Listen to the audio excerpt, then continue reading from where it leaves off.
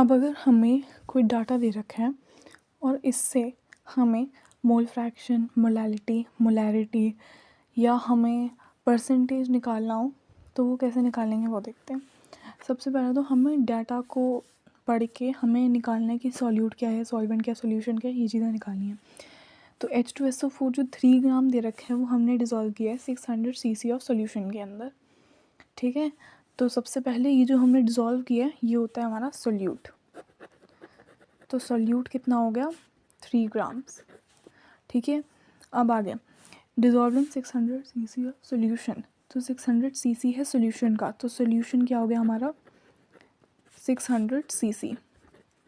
Okay, अब हमें क्या करना है, सबसे फर्स्ट पार्ट जो है, फर्स्ट पार्ट में हमें परसेंटेज निकालना है।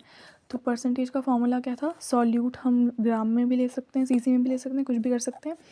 अपॉन में सॉल्यूशन भी या तो ग्राम में या सीसी में, तो ऑप्शन है तो कुछ ले लेंगे यही सीसी इंटू 100 करेंगे क्योंकि परसेंटेज में 100 यूज़ करते हैं। तो ये करके हम अपना परसेंटेज कैलकुलेट कर लेंगे। सेकेंड पार्ट में हमें क्या कैलकुलेट करना होगा, मोलैरिटी। तो मोलैरिटी क्या होती है, मोलैरिटी होती है सॉल्यूट के मोल्स। सॉल्यूट अभी ग्राम में है, मोल्स में नहीं है। अगर हमें इसको मोल्स में कन्वर्ट करना है तो हम क्या करेंगे, 3 जो हमें ग्राम दे रखा है 3 अपॉन में मॉलिक्यूलर मास, इसका मॉलिक्यूलर मास निकालेंगे। हाइड्रोजन का 1 होता है मॉलिक्यूलर मास और 2 है तो इसको मल्टीप्लाई बाय 2, प्लस में सल्फर का मास कितना होता है 32, प्लस में ऑक्सीजन एक का मास कितना होता है 16 और 16 4 ज़ा 64। जब हम इन सबको ऐड कर देंगे तो आ जाएगा हमारे पास 98। ठीक है, तो 98 आ जाएगा। तो हम क्या करेंगे 3/98 करके इसके मोल्स निकाल दिए हमने, तो ये मोल्स हो गए। अब ये हमने इसके मोल्स निकाल दिए। ठीक है, अब हम क्या करेंगे, मोलैरिटी क्या होता है, सॉल्यूट इन मोल्स, मोल्स निकाल दिए तो सॉल्यूट इन मोल्स ही हमने कर दिया। ठीक है, अपॉन में सॉल्यूशन इन सीसी, सॉल्यूशन तो हमारा सीसी में ही दे रखा है तो लिख देंगे 600 और इनटू क्या होता है 1000। ठीक है, तो ये क्या हो जाएगा हमारा 3 अपॉन में 98 नीचे ही है ना बेसिकली, तो ये हो गया 98 इंटू 600 ऐसे आ गया इंटू 1000। ठीक है, तो इससे हम क्या कर देंगे, अपनी मोलैरिटी को निकाल देंगे। और मोलैरिटी की यहाँ पे यूनिट क्या होगी, देखो हमने सॉल्यूट लिया है मोल्स के अंदर तो क्या होगा मोल्स पर, और नीचे क्या था हमारा सॉल्यूशन था, किसके अंदर था सीसी में। अब ये जो सॉल्यूशन था नीचे ये किस में था, सीसी में था, 1 सीसी में नहीं था। हम मोलैरिटी को कैसे डिफाइन करते हैं, सॉल्यूट के moles in 1000 cc of solution. तो 1000 cc ऑफ सॉल्यूशन लिखते हैं हम, 1000 cc 1 litre is equal to क्या होता है 1000 cc, तो इसलिए 1000 cc की जगह हम 1 लीटर लिख देंगे।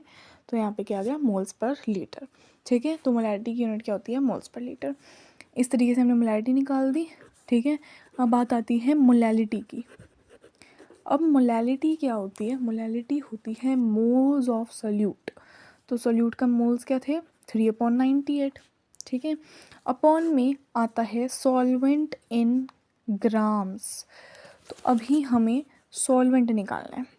ठीक है, अब देखो दो चीज़ें होती हैं, सॉल्यूट प्लस सॉल्वेंट मिल के क्या बनाता है, सॉल्यूशन बनाता है। हमें सॉल्यूट भी पता है और सॉल्यूशन भी पता है तो हम इजीली माइनस करके सॉल्वेंट निकाल देंगे। लेकिन जो सॉल्यूट है वो ग्राम्स में है और जो सॉल्यूशन है वो सीसी में है, तो हम इसको ऐसे माइनस नहीं कर सकते, यूनिट्स को सेम करेंगे सबसे पहले। तो अभी हमें सबसे पहले तो यूनिट्स को सेम करना पड़ेगा। तो ऐसा करते हैं हम सॉल्यूशन को ग्राम में कन्वर्ट कर देते हैं ताकि सॉल्यूट भी ग्राम में हो जाएगा, सॉल्यूशन भी ग्राम में हो जाएगा और दोनों को माइनस करके हमारा सॉल्वेंट भी ग्राम में निकल जाएगा, क्योंकि हमें मोलैलिटी में नीचे जो सॉल्वेंट होता है वो ग्राम्स में ही चाहिए होता है। तो हमेशा याद रखना है इस केस में, ऐसे केस में हमें डेंसिटी दी होगी सॉल्यूशन की, तो यहाँ पे डेंसिटी क्या है 1.2। ठीक है, अब याद रखना है जब भी हमारे पास सीसी हो और इसको ग्राम में कन्वर्ट करना है तो डेंसिटी के साथ इसको मल्टीप्लाई कर दो, तो 600 इंटू 1.2। तो सबसे पहले बस 600 को 12 से मल्टीप्लाई कर देते हैं, ये 7200 आ जाएगा और डेसिमल एक के पहले तो एक के पहले डेसिमल, तो आंसर क्या आ गया हमारे पास 720 ग्राम्स। ओके, तो हमारे पास आंसर क्या आ गया 720 ग्राम्स। तो मतलब सॉल्यूट 3 ग्राम है, सॉल्यूशन कितना है 720 ग्राम। अब देखो सॉल्यूट और सॉल्वेंट मिला के ये बनाते हैं, क्या बनाते हैं सॉल्यूशन। तो सॉल्वेंट क्या हो जाएगा सॉल्यूशन में से सॉल्यूट को माइनस कर देंगे, ठीक है। तो सॉल्वेंट क्या होगा, सॉल्यूशन, और यहाँ पे ले जाओ सॉल्यूट को, तो ये माइनस में आ गया। तो 720 माइनस 3, तो ये क्या आ गया 717 ग्राम्स। तो सॉल्वेंट आ गया 717 ग्राम्स। तो यहाँ पे क्या डाल देंगे 717, तो solute in moles upon solvent in grams into 1000। तो इस तरीके से हम अपना मोलैलिटी भी निकाल देंगे। और मोलैलिटी की यूनिट क्या होगी, ये मोल में, तो मोल्स, और हम क्या ले रहे थे, हम क्या बोल रहे थे मोलैलिटी में, moles of solute in 1000 gram solvent, ठीक है। तो 1000 ग्राम ऑफ सॉल्वेंट ले रहे हैं हम, तो 1000 ग्राम सॉल्वेंट, तो 1000 ग्राम सॉल्वेंट है ना, 1000 ग्राम को हम 1 kg भी लिख देते हैं, तो moles per kg molality unit हो गई। या देखो एक और चीज़ भी होती है, जो मोलैलिटी होती है ना उसकी यूनिट ये भी लिख सकते हैं, या हम और क्या लिख सकते हैं, मोलर, ठीक है। तो जो भी आंसर आएगा XYZ मोलर, यहाँ पे जो आंसर आएगा, तो यहाँ पे जो भी आएगा मोलैरिटी में हम मोलर भी लिख सकते हैं, और मोलैलिटी में जो भी आंसर आएगा उसके साथ क्या लगा देंगे, मोलल, मोलर, मोलल। आगे हमारे पास क्या आएगा, मोल फ्रैक्शन निकालना। ये भी बहुत यूज़ होता है फर्स्ट चैप्टर में। मोल फ्रैक्शन क्या होता है, हम एक कंपोनेंट के मोल्स लेंगे, अपॉन में दोनों के मोल्स को ऐड कर देंगे। देखो सॉल्यूट के मोल्स तो मेरे पास ऑलरेडी हैं, तो सबसे ऊपर मैं क्या डाल दूँगी, सॉल्यूट के मोल्स, अपॉन में दोनों को ऐड करते हैं, तो ये हो गए सॉल्यूट के मोल्स। अब हमें निकालने हैं सॉल्वेंट के मोल्स।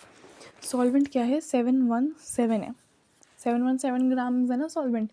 अब जो सॉल्वेंट है 717 ग्राम्स, ये हमने बेसिकली सॉल्यूशन बनाया है, तो ये सॉल्यूशन बेसिकली किस में होगा, पानी के अंदर ही होगा।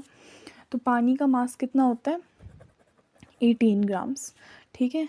तो 18 होता है उसका मॉलिक्यूलर मास, तो डिवाइड कर देंगे, 717 इसका क्या था, नॉर्मल मास था, और 18 इसका मॉलिक्यूलर मास है, तो ये मोल्स आ गए। तो हम क्या कर देंगे 717 फॉर्म में 18, ठीक है। तो इस दोनों को डिवाइड करेंगे, आंसर लिखेंगे, इन दोनों डिवाइड करके यहाँ पे आंसर लिखेंगे, और इसको डिवाइड करके यहाँ पे।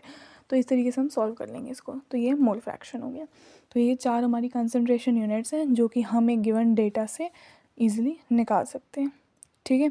और मोल फ्रैक्शन की कोई भी यूनिट नहीं होती है, क्यों, क्योंकि जो यूनिट ऊपर है वही नीचे है, तो दोनों कैंसिल हो जाती हैं, ठीक है। ओके।